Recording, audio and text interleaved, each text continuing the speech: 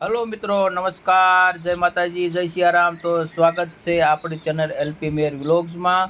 અને આજે મારા બા ગામડાની રસોઈમાં સવારનું જે બનાવે છે કંઈક વેરાયટી અલગ બનાવે છે. જે મગનો લોટ છે, ઘરનો મગનો લોટ છે, એની ઢોકળી બનાવી છે અને ત્યાર પછી એનું શાક બનાવ્યું છે. તો મિત્રો, જે ઢોકળી છે એ ખાવા માટે પણ ઉપયોગ થઈ શકશે સવારમાં નાસ્તામાં, અને એનું શાક પણ બનાવ્યું છે.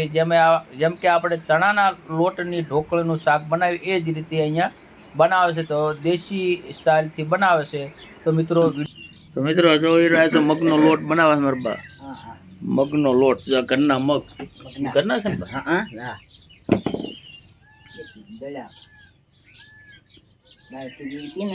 હા હા હા.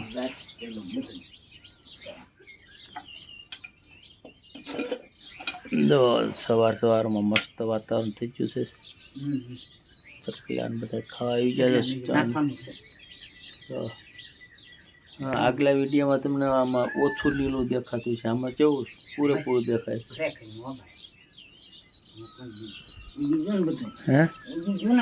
હા,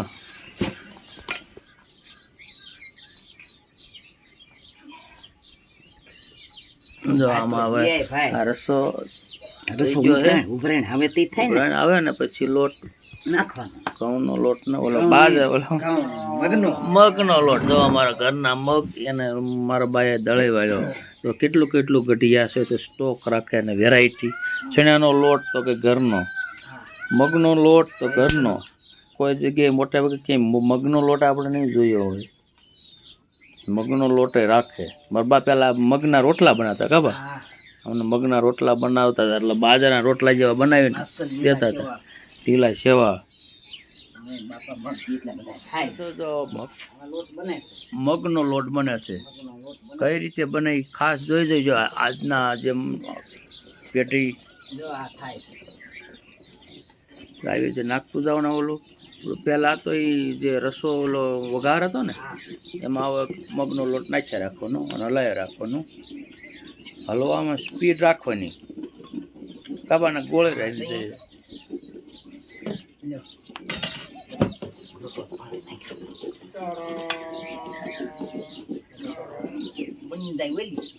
ઢોકળા બની જાય. ડગલા પાડવાના.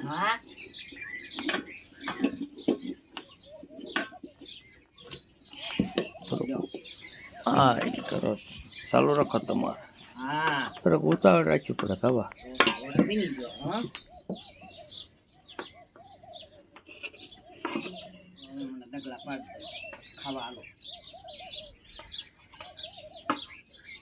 જો સવારમાં શિરામણમાં મારો ભાઈ મગનો લોટ બનાવ્યો. શાક બનાવી ખાઈ. જો મિત્રો, લોટ બની ગયો. ડગલા પાડવાના, કઈ નહીં. ડગલા પાડવાના.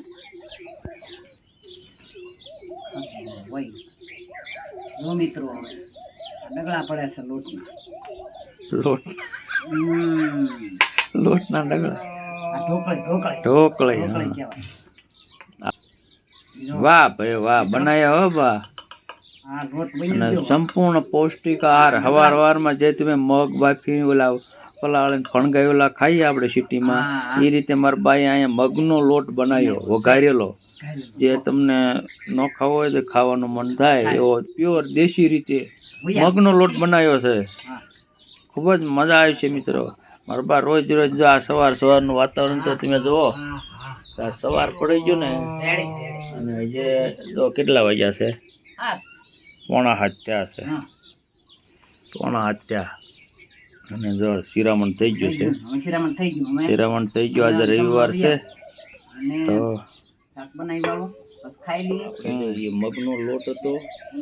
આને પણ તમે ખાઈ શકો. અને હવે આપણે એનું જે મગના લોટનું શાક કરીશું. જેમ કે આપણે ઓલા ઢોકળીનું શાક કરીએ ચણાના લોટનું, એ રીતે મગના લોટનું શાક. તો મિત્રો જો આને હવે વઘારી નાખશું એટલે એનું શાક બની જશે. ખાવામાં રાખશું અને એનું શાકે બનશે. કોમ્બો વસ્તુ.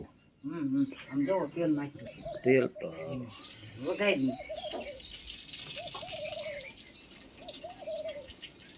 છાશમાં તો ઢોકળીનું શાક હોય એ રીતે મગના લોટનું શાક. તો જો મિત્રો આ છે બની ગયું છે, મગને લોટને બાફી વાળ્યો છે, વઘારી વાળ્યો છે, પછી એના ડગળા કરી નાખ્યા છે, અને હવે એનું શાક બનશે. રાઈ મેથી નાખી દીધી.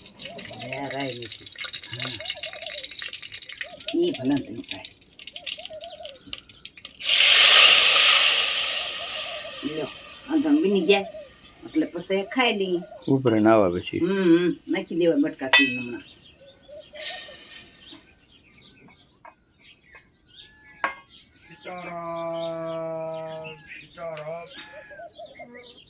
અત્યારના આપણે જે છોકરા રહ્યા સ્કૂલે જાય એ ટાણે આપણે મગ ન બનાવી દઈએ તો કાંઈ નહીં, આ ટાઈપની વેરાયટી બનાવીને એ વસ્તુ તમે ખવારો તો બહુ જ પૌષ્ટિક. વિટામિન ફૂલ વિટામિન. કયું વિટામિન મળે? વિટામિન કયું હોય? મગનું કઠોળનું શાક ખાઈ એ વિટામિન. તમારે બન વિટામિનના નંબર ન આવડે પણ વિટામિન મળે એટલી ખબર છે. આમાં જો ઉભરાઈને આવી જાય ને એટલે પછી નાખી દેવાના. અમારું બાપુ એક ધારા રામનું નામ સ્મરણ કર્યા રાખે છે. એ શાંતિથી વાતાવરણ કેવું મસ્ત સુંદર છે. પક્ષીઓ બોલી રહ્યા છે. જો પક્ષીઓ બોલે છે, આમથી આમ જાય છે.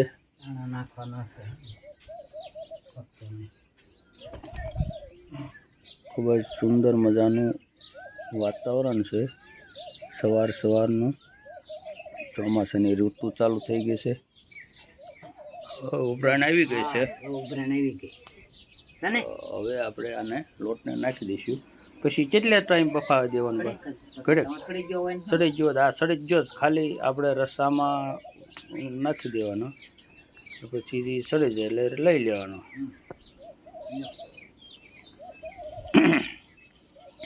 હાલો રેડી થઈ ગયું. મગની ઢોકળીનું શાક અને મગનો લોટ એને બાફીને ઢોકળી બનાવી, પછી એનું શાક બનાવ્યું.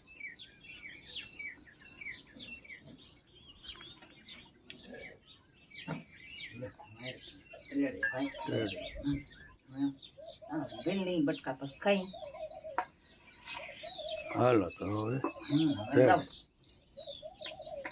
તો મિત્રો તમે જોયું આ મગનો લોટ છે જે આપણે ઢોકળી બનાવી છે, અને પછી એ જ ઢોકળીનું આપણે શાક બનાવ્યું છે. તો ઢોકળી પણ ખાઈ શકાય સવારમાં નાસ્તામાં, અને આ શિરામણ માટે થઈ ગયું રેડી. જય માતાજી. બધા મિત્રો જય સિયારામ. જય સિયારામ. અને મિત્રો વિડીયોને સારો લાગે તો લાઈક, સબસ્ક્રાઇબ, કમેન્ટ કરજો મિત્રો. અને અમને જણાવજો કે હવે પછી કેવો વિડીયો તમારે જોવો છે. બીજો જણાવજો તમારે કેવો વિડીયો જોવો છે. કોઈ નવીન વિડીયો જોવો હોય તો પણ કમેન્ટમાં લખજો. તો બધા મિત્રો જય માતાજી. જય સિયારામ. જય સિયારામ.